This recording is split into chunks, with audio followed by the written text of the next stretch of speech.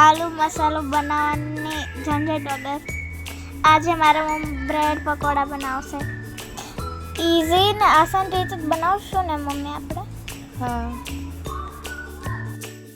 આજે અમે બનાવીશું બ્રેડ પકોડા. તો મેં બ્રેડના આ રીતે ચોરસ ટુકડા કરી લીધા છે. એક બ્રેડમાંથી મેં 4 ટુકડા કરી લીધા છે. અહીંયા મેં લીધો છે મસાલો, નમક, ગરમ મસાલો, અજમા, લાલ મરચું, ધાણા જીરું લીધું છે, આખું જીરું લીધું છે, અને અહીંયા મેં લીધા છે ચીલી ફ્લેક્સ. હવે આપણે આને રાખી દેવી સાઈડમાં અને લઈ લેવી બેસન. તો મેં લઈ લીધો છે ચણાનો લોટ. આપણે ચણાના લોટમાં આ બધો મસાલો મિક્સ કરી દઈશું. હવે આમાં નાખી ઝીણી કાપેલી ડુંગળી. હવે નાખીશ આમાં ઝીણી કાપેલી તીખી મરચી. હવે નાખીશ ઝીણો કાપેલું લસણ. હવે નાખીશું આપણે ઝીણો કાપેલું ટામેટું.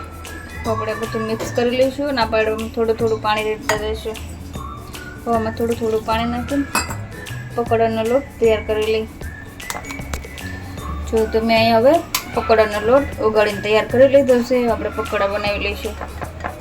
તો મેં અહીંયા કડાઈમાં તેલ ગરમ કરવા મૂક્યું છે. તેલ ગરમ થઈ ગયું છે. આપણે પકોડા બનાવી લઈશું. તો આપણે આ બ્રેડના ટુકડા આ રીતે આપણે ચણાના લોટવાળા કરી લઈશું અને આ રીતે આપણે પકોડા નાખી દઈશું તેલમાં. તો આપણે આ રીતે બધા જ પકોડા મૂકી દઈશું ધીરે ધીરે તેલમાં.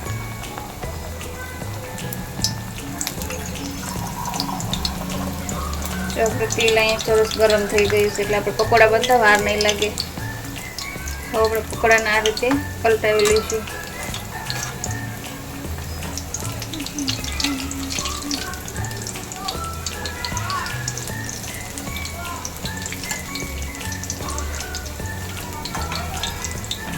તો આપણા બ્રેડ પકોડા બનીને તૈયાર છે. એકદમ મસ્ત ગોલ્ડન કલરના તળાઈ ગયા છે. આપણે આ પકોડાને બહાર કાઢી લઈશું.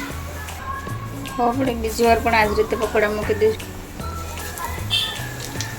આપણે આવા બ્રેડ પકોડા બની તૈયાર છે. તો મસ્ત ગોલ્ડન કલરના તળી લીધા છે. જો તો આપણા બ્રેડ પકોડા બની તૈયાર છે. આપણે એને સોસ હારે અને લીલી ચટણી હારે સર્વ કરશું. તો અમારા બ્રેડ પકોડા બનીને તૈયાર છે. આપણે એમાં બટેટાનો મસાલો નથી ભરે, એકદમ સિમ્પલ રાખ્યા છે એટલે આપણે આ પકોડાનો ટેસ્ટ ભજીયા જેવો આવે છે. અને મેં લીલી ચટણી અને સોસ સાથે સર્વ કરાય છે. તમને મારા વિડીયો પસંદ આવે તો મારા વિડીયોને લાઈક, શેર, સબસ્ક્રાઈબ જરૂરથી કરી દેજો.